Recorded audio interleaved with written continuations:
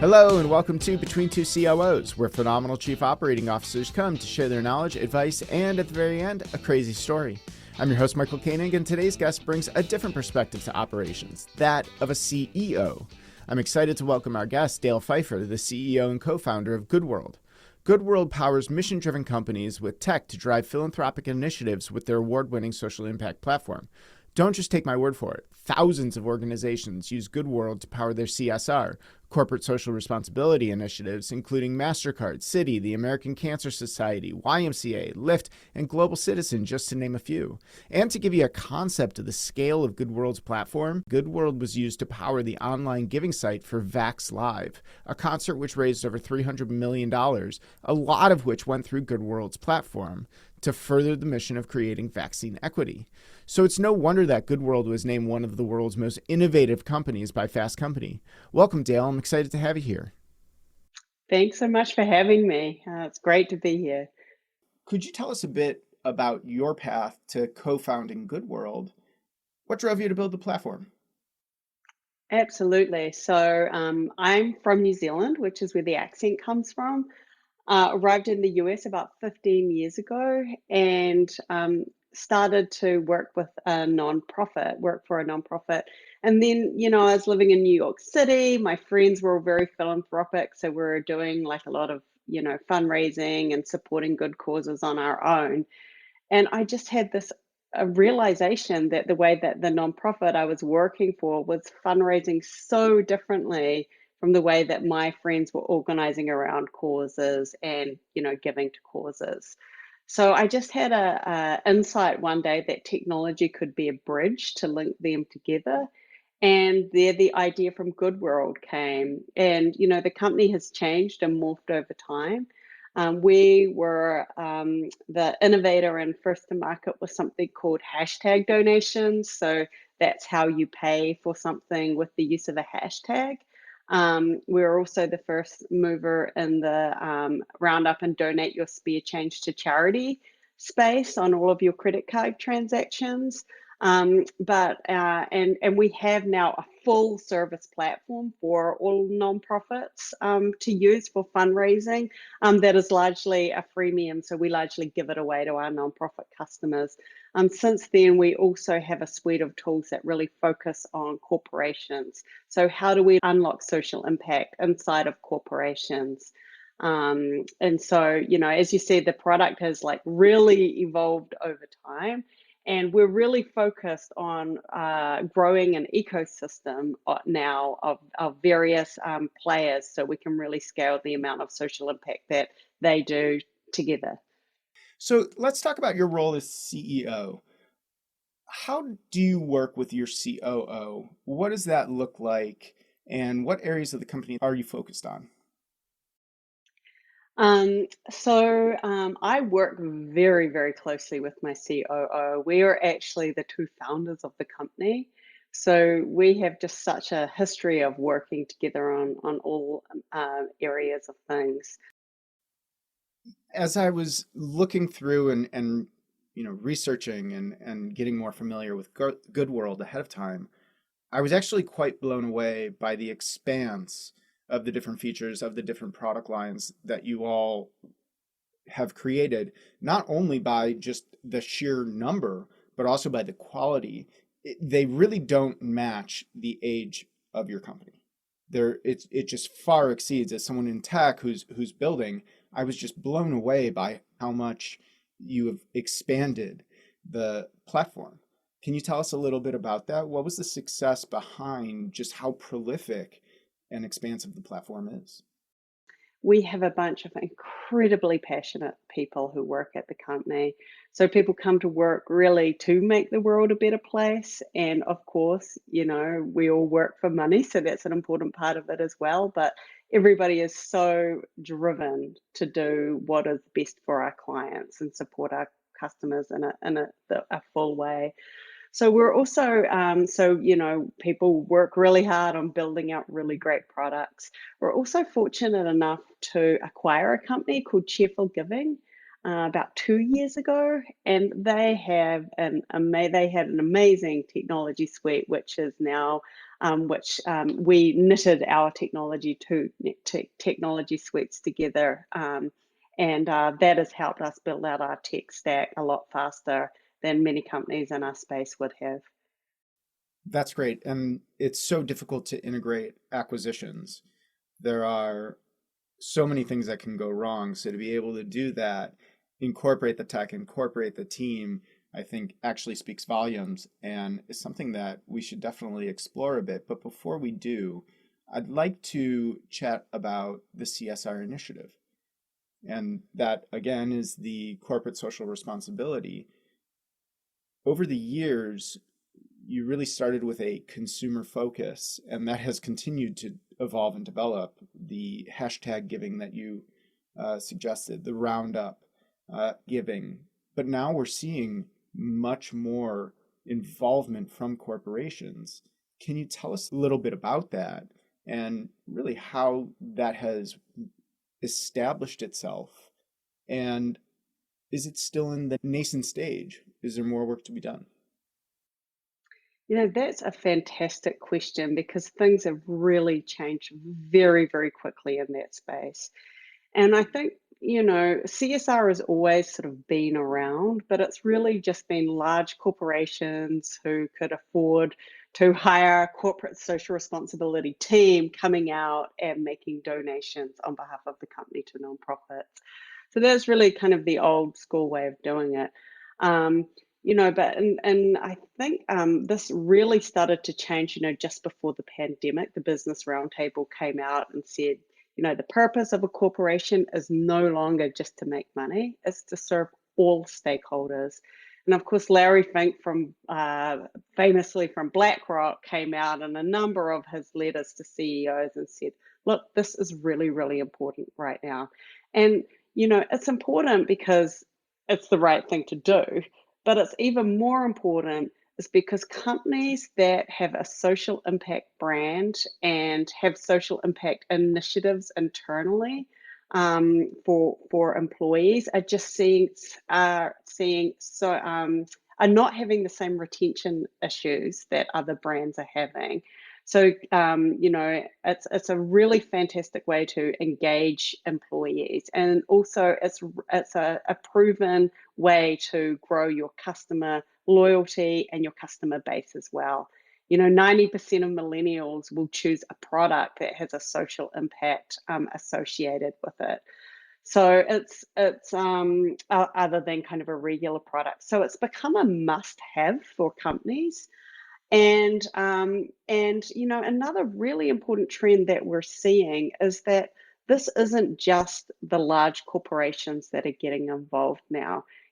Small to medium-sized companies, it's really important for them to have a meaningful ESG, environmental, social, and governance kind of game plan. And they may not have the same types of resources to commit to it. So we're really focused right now on making an impact as providing really easy resources for a company who may not who may not want to or be able to afford to hire a full social impact team. How do we take most of the work out of that for them by getting the technology to do the work? And so I think right now, given this real interest because of growth, because it's being used as a lever for growth. We're just seeing this an absolute surge in request and in a need for a CSR platform and CSR in general. And I think for me, and probably a lot of other people, it's pretty enriching and pretty comforting to see companies like Mastercard, companies like Citi that you don't normally associate with social responsibility and corporate giving, to see them stepping up and realizing that there's more than just taking, that you have to give back. And it's incredible to see the way that they're doing it. I mean, Mastercard now has executive compensation attached to social impact goals. And that's what they talk about around the hallway, because they know it's so important, but also they're a company who really stands by their values and knows that it's the right thing to do. We're kind of starting to see it in bigger and bigger ways, but we're also starting to see a new way of doing CSR. It's not just companies who have a CSR department that's largely influenced by senior leadership making decisions about how a certain allocation of resources is distributed to nonprofits. Now what we're seeing is a trend of companies actually donating through their employees. So putting their employees in the driver's seat as to, which charities are supported, literally like giving out philanthropic gift cards that they're able to then go and allocate to, one of their favorite charities. Matching donations, of course, is like a really, really great way for companies to engage their employees in philanthropy. I mean, there's just so much innovative stuff going on in the space. It's really exciting, and I think companies are really seeing it as a fantastic way to keep employees engaged, particularly in this slightly kind of virtual or hybrid work time. Um, because I think if a person can see that a company cares about their whole person, things that they're passionate about in the world as well as things that they're passionate about in their job, a person just feels so much more committed to that company for seeing their whole person. That's phenomenal. In terms of the pandemic, you mentioned Larry Fink coming out from BlackRock. We're seeing the Vax Live event, Mastercard getting involved. Has this corporate social responsibility, do you think it's accelerated by the pandemic, or was it just picking up more and more speed, like remote work, for instance, and then this was just the natural evolution? I absolutely think it was accelerated during the pandemic. I mean, I think there was that big moment where in March when we all first went home, nobody knew what was going to happen. But then it became quite clear that, big companies actually, many of them did pretty well during the pandemic, not all of them. And just, with the kind of the richer getting richer, I think that, through business, often there was a real sense of a need to give back. And we're seeing like just a dramatic increase in giving towards kind of hunger charities and charities that are sort of addressing direct need created by the pandemic.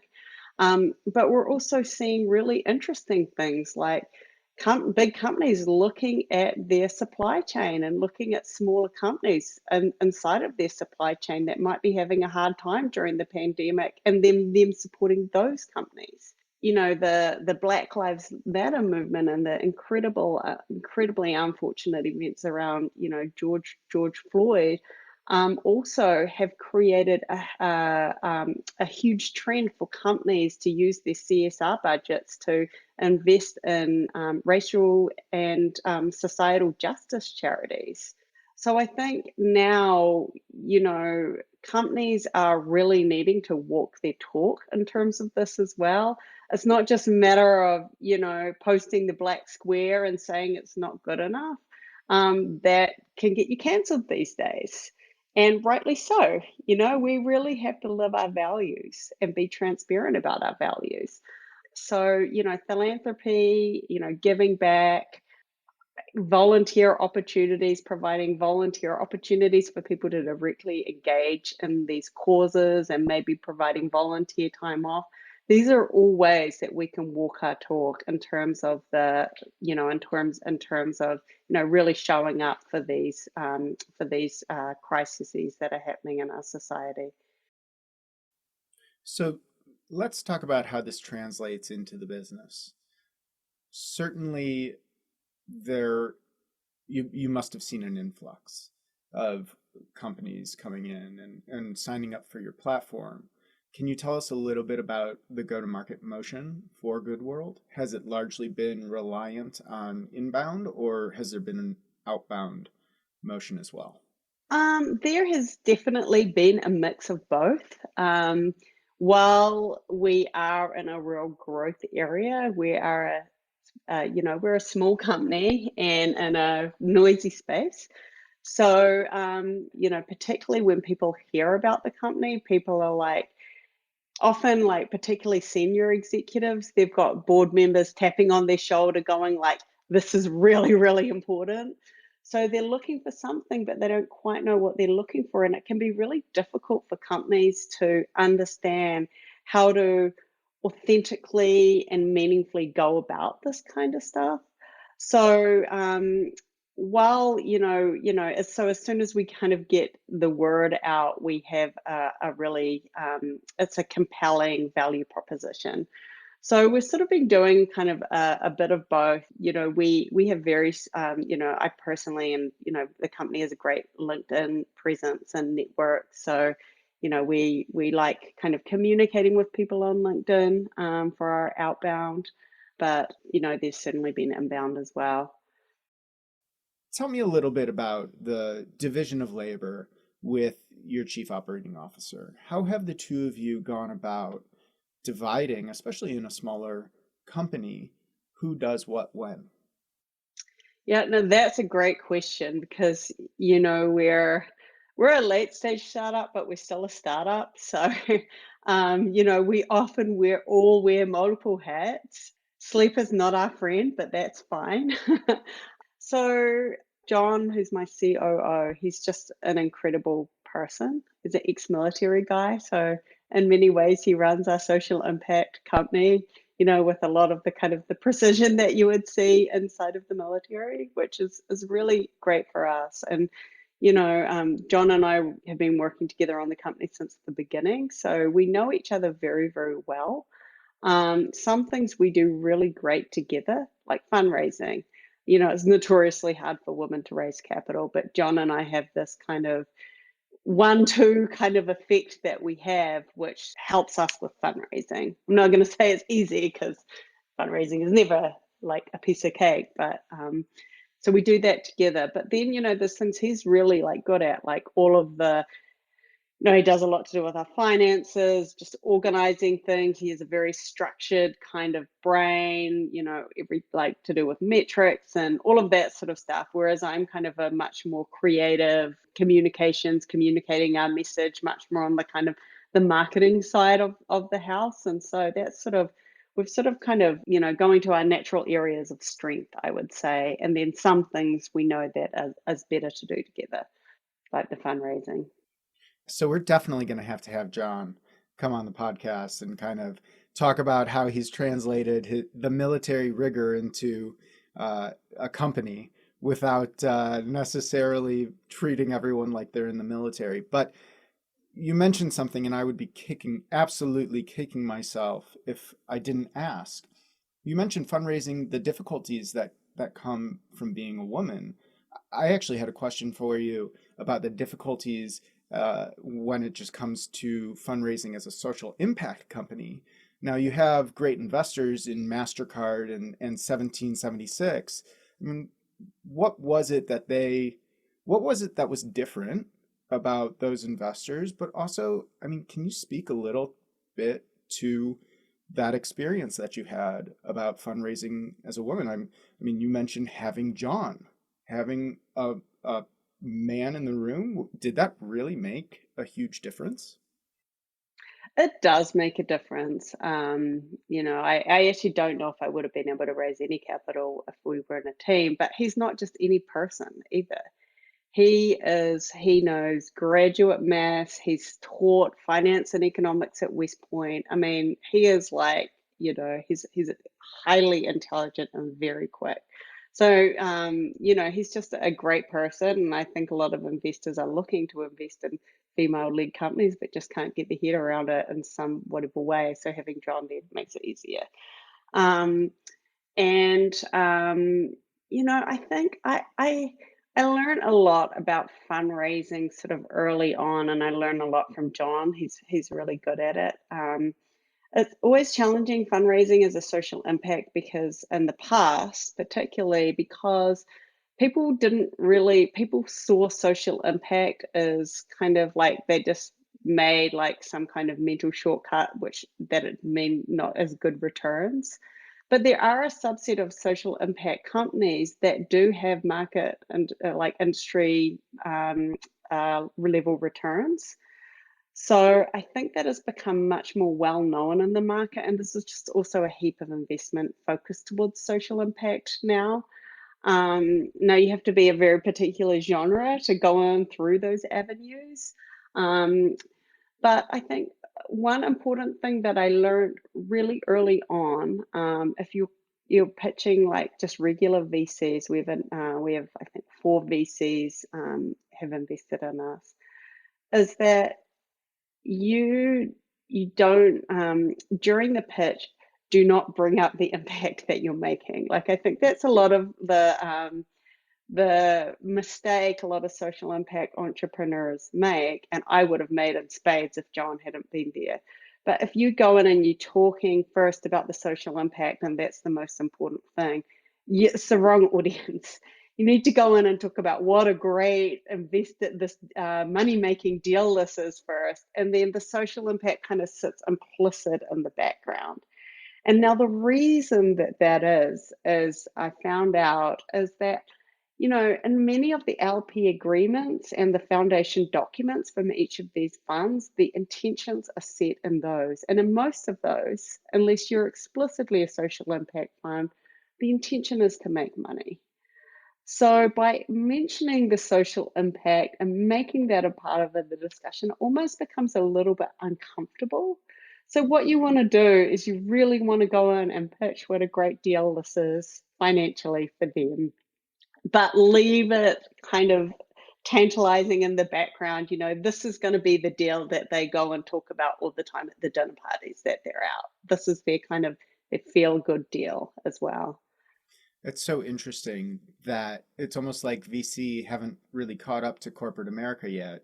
Citi and Mastercard, they're embracing CSR. You mentioned having CSR milestones, goals, responsibilities within executive comp packages. But here we have venture capitalists who are supposed to be some of the most forward-thinking folks out there backing visions, not necessarily performance yet. And here they are, not necessarily embracing CSR as something that can benefit their fund if it's not directly tied to their mission as a fund. Yeah, no, and I think that is true, although I think many VCs are starting to wake up to the fact that CSR and social impact is actually a huge, very, very valuable market. So they're more interested in it now. But I'm really glad that you brought up Mastercard, because those type, the Mastercard investment, and we're so fortunate to have Mastercard as our lead investor in our second round.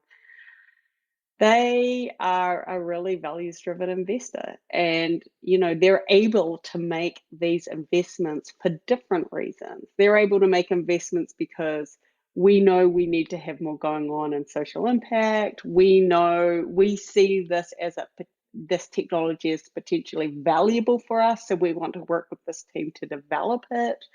We want to use it in this part of our payments infrastructure. They've just got like a whole different metric on why they invest, and I think that can be really valuable for social impact companies. Now, to get those investments is another thing. Like, I mean, we showed up to Mastercard, I feel like, every second week for 2 years before that investment happened. I'm exaggerating. It was probably once a month.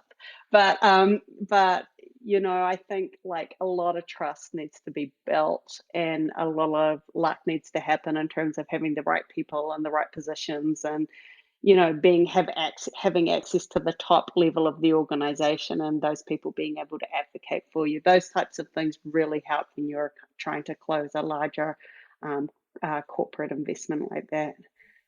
So earlier in our conversation, you mentioned tech as a bridge. Some of the things that I find most interesting are when tech companies take analog experiences and turn them into something that's digital and make it easier and facilitate that. As you think about the next stages of tech and how it's going to impact CSR and your mission as a company, can you talk a little bit about what you think that future looks like? What are the bets that you all are making? Yeah, and I mean the space is changing so fast, isn't it? It's with the metaverse, all of a sudden everybody's talking about that, everything with NFTs, crypto, like the whole thing. I mean, wave of magic wand 10 years from now, it's so hard to really understand how much progress we will have made towards all of those things. The bets that we are really making is that right now, the whole social impact sector is highly fragmented. So, one of the bets that we're making is that we believe that there is an opportunity for an ecosystem to come and bring it all together. We currently have thousands and thousands of nonprofits on our platform. We're now really working hard on the business, bringing businesses onto our platform. We of course have, many, many donors and employees and customers on our platform. And the next phase of the company will be working on bringing all these parties that are on the platform together in really meaningful ways, so social impact can multiply. And we've already built an algorithm which has a proven multiplier effect of about 50%. So increases individual giving by about 50% through certain nudges and incentivizations inside of the algorithm. So that's what we're really excited about. We're also really excited to incorporate cryptocurrencies as a kind of a payment method and really experiment in that space. And one of the big innovations that we recently created that we're kind of really doubling down on because it's been so popular is these gift cards. They almost work like a reverse match. So what happens is a company will offer a customer or an employee a gift card that they are able to go and redeem at their favorite charity. And with that, we then, there's a whole chain of events that can be triggered off depending on what the company wants, but it will, nudge them to chip in, et cetera, et cetera. So this kind of reverse way of giving, which is a very simple tweak, where a company is giving first or a charity is giving first in some kind of a way, and then incentivizing others to give more, has turned out to be a really incredible multiplier of generosity. So that's another thing that we are going to be really investing in, is building out those gift cards and that algorithm. Okay, that's amazing. I have to call out Oracle. Oracle, stop arranging whiskey tasting for your ABM campaigns. Instead, go to Go World and get these gift cards. It's a much better way. So, just out there, hopefully they hear it at some Love it, point. They Michael. probably Thank won't, you. but you never Love know. it. So, let's talk about the success of the business. These things don't happen in a vacuum. I'm sure as a startup, you've had a lot of bumps and bruises along the way, but also a lot of learnings. What did you learn? What did you all get right to get to this point? Oh wow, that is such a great question, and there's so much to be said. I think what we got right was our mission. So, we're on a mission to create as much good as we can in the world. And that has been a real kind of North Star for us. And it's kind of followed us in our trajectory from a company from, just nonprofit tech to now expanding out to corporations and building an ecosystem of social impact. So that's been a really great thing. I think the other sorts of things that we got right was, I have two amazing co-founders, and really getting that founding team and creating really strong relationships between us, as well as our CTO, who is he's incredible. So the four of us are really kind of the senior leadership inside of the company, and we just have a very strong and candid relationship, all of us. So that's been really important. And I think one important aspect of those people, which I think if you are recruiting a team or whatever, it's so important to look for, is optimism. Like the entrepreneurial journey is never like a straight arrow up. So, sometimes, you really need to be able to kind of roll with the punches. And I think generally we got right was, and this is probably before it was really popular, is this the focus on social impact and seeing it as a highly undervalued market opportunity.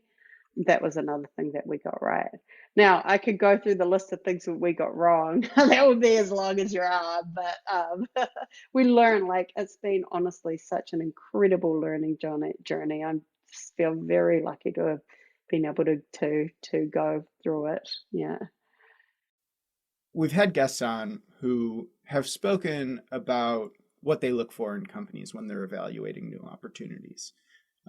It seems to be evolving, or rather, circling around what they've called the three T's of team, tech, and TAM, total addressable market. I would add a fourth one, which is timing. It sounds like Goodworld is checking all of the boxes, and I'm sure you all are hiring like crazy. So if there are folks out here that are looking to get involved, it sounds like this would be a winning one, a winning company to jump on board. Oh my gosh, we would love to hear from you. You can email me directly. My email address is Dale, Dale, at goodworld.me, because a good world starts with me. Fantastic. So aside from joining your organization, do you have any advice for entrepreneurs that have novel ideas on how to contribute to the CSR initiative, that are maybe just trying to figure out a way rather that they can do it? Yes, lean startup all the way.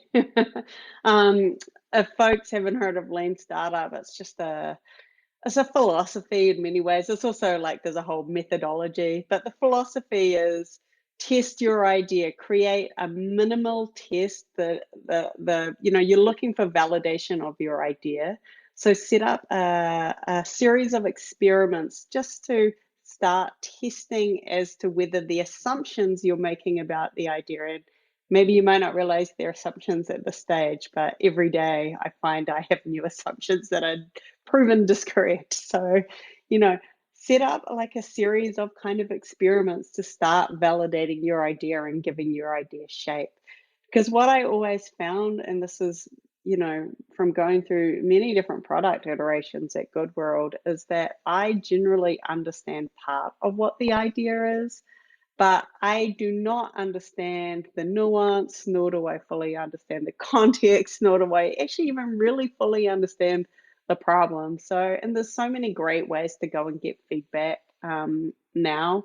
And with us all being able to do so much ourselves, just kind of, at a low fidelity kind of level. So that's what I would suggest. Test, test, test, test, and validate what you think before you start to kind of build anything.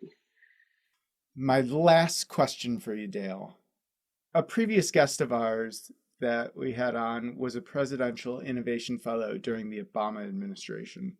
He actually skipped out on meeting President Obama because he was on a honeymoon in your home country, New Zealand. I understand that that wasn't the case for you. Can you tell us a little bit about that moment? Oh my gosh, that was such a magical moment, having the honor and privilege of meeting President Obama. I was a part of a incubator called 1776, which was conveniently right by the White House. And I went into work one day, and everyone was like, quick, quick, President Obama's coming. There was security everywhere, dogs. I got my bag scanned. And yeah, I was fortunate enough to be able to pitch him Goodworld. And he was, well, first of all, he asked me what I was doing in the US because he had just been to New Zealand, and he was like, "What are you doing here?" Like, and I'm just very lucky to have the US and New Zealand as my homes. I mean, and then I sat down, I pitched him, and he was just so sharp, like understanding the idea. He's like, "This is a big idea. This is a big idea for philanthropy. This is a big idea for philanthropy." So it was just a really incredible moment, like a pinch yourself moment, and just to feel so like that he had absorbed what I was doing so much. I mean, what an honor. And then the next pinch yourself myself moment came like the next day when literally the pitch was on the front page of the New York Times, A1 above the fold. I'm there pitching President Obama because it's the 4th of July and they're reporting on some jobs report. So, it's just kind of one of those magic moments when you feel like the universe is picking you up and pulling you along. And that was right at the launch of the company as well. So, after that, we got so much press attention and all of that thing. And, we got all of these customers flooding in that we weren't ready for and quickly kind of adapted to bring people on board. So yeah, that was a moment I'll certainly never forget. That's extraordinary. We'll have to provide a link in the episode notes to that article so we can all check it out. Well, Dale, thanks so much for being on the podcast. Where can people go to keep up with you? Absolutely. So the best way is LinkedIn. Just connect with me on LinkedIn. I love I often posting about social impact and things like that there. Or folks can email me. My email is Dale, Dale, at goodworld.me. And that's GOODWORLD, Goodworld. There you have it. Well, thank you everyone for listening to Between Two COOs. I'm your host, Michael Koenig, and a very special thank you to our guest, Barack Obama's best friend, Dale Pfeifer, for joining us. Tune in next time to our absolutely. Tune in next time for our next COO chat on Between Two COOs, and be sure to subscribe on Apple Podcasts, Spotify, or wherever you listen to podcasts so you never miss an episode. Just visit betweentwocoos.com for more. And if you have a minute, please leave us a review on Apple Podcasts and tell others about the show so they can get great advice from phenomenal COOs, or in this case, CEOs. Thanks for listening to this week's episode. Tune in next time, and until then, so long.